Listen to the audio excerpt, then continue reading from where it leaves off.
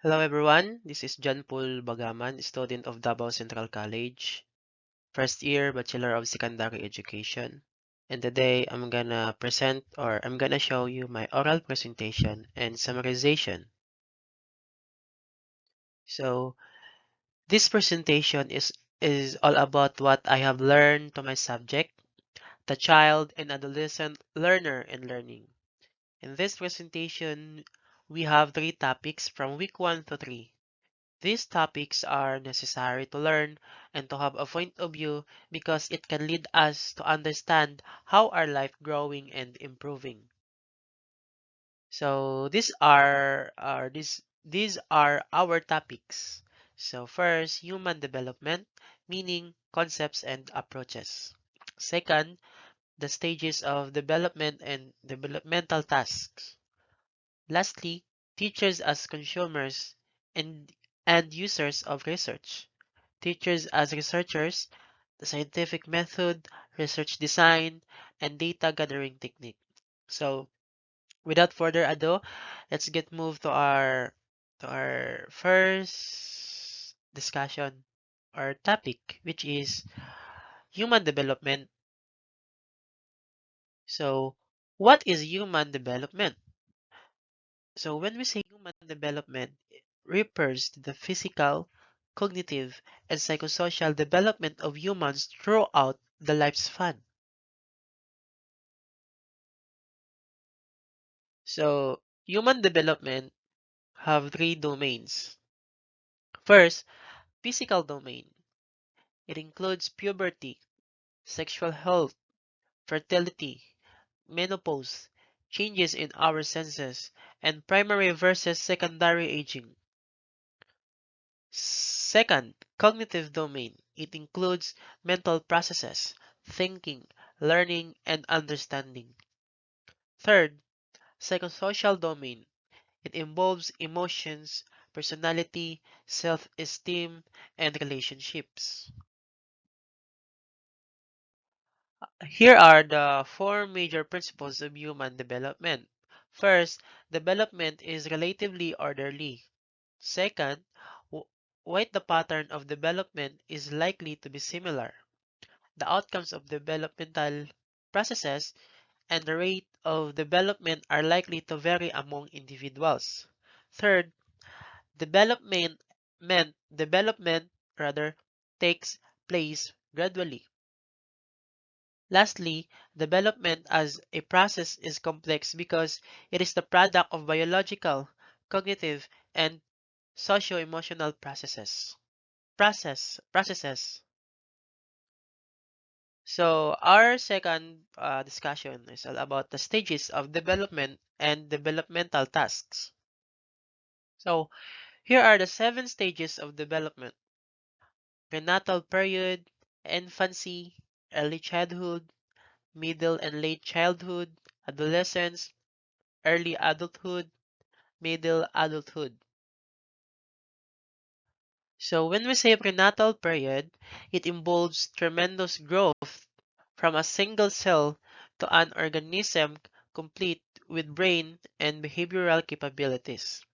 Infancy. It is a time of extreme dependence on adults.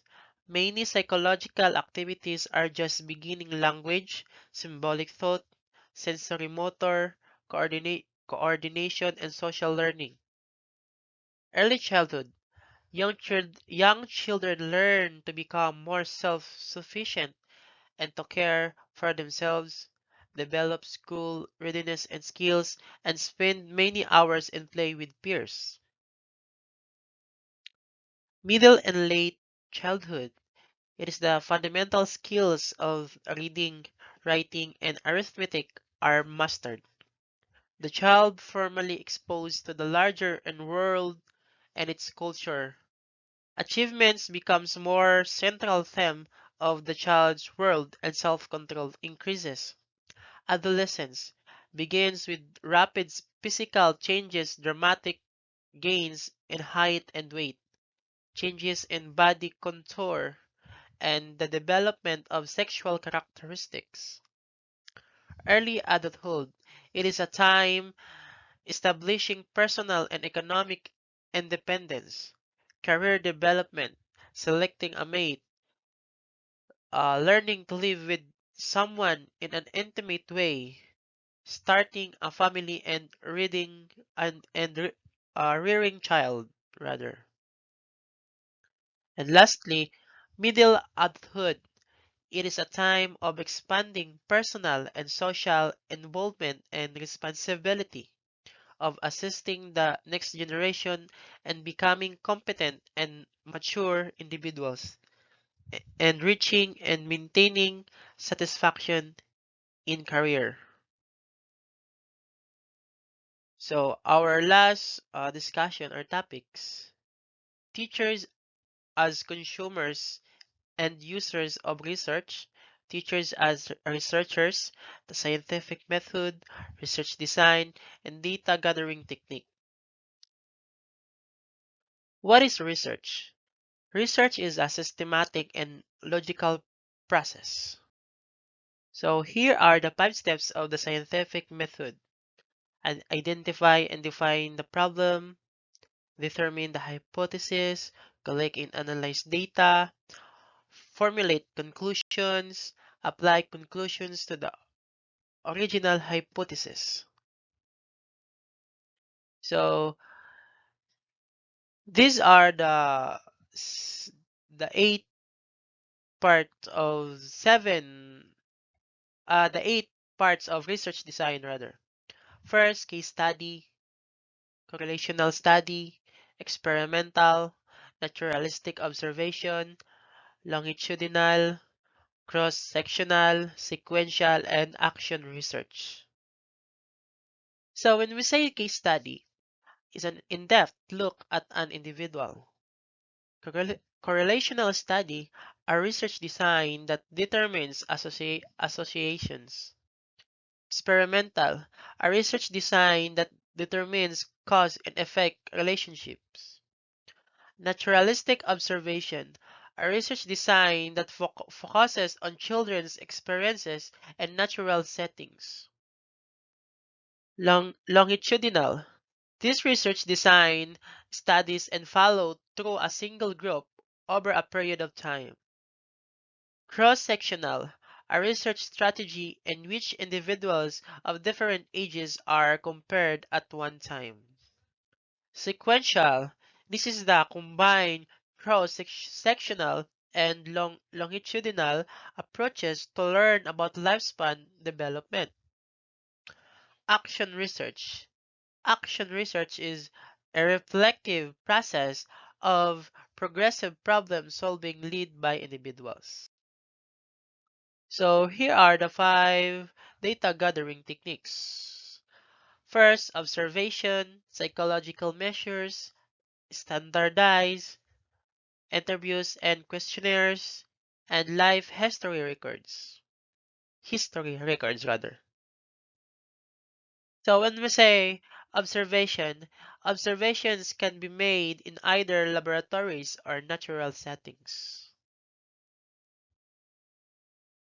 Psychological measures, certain indicators of children's development.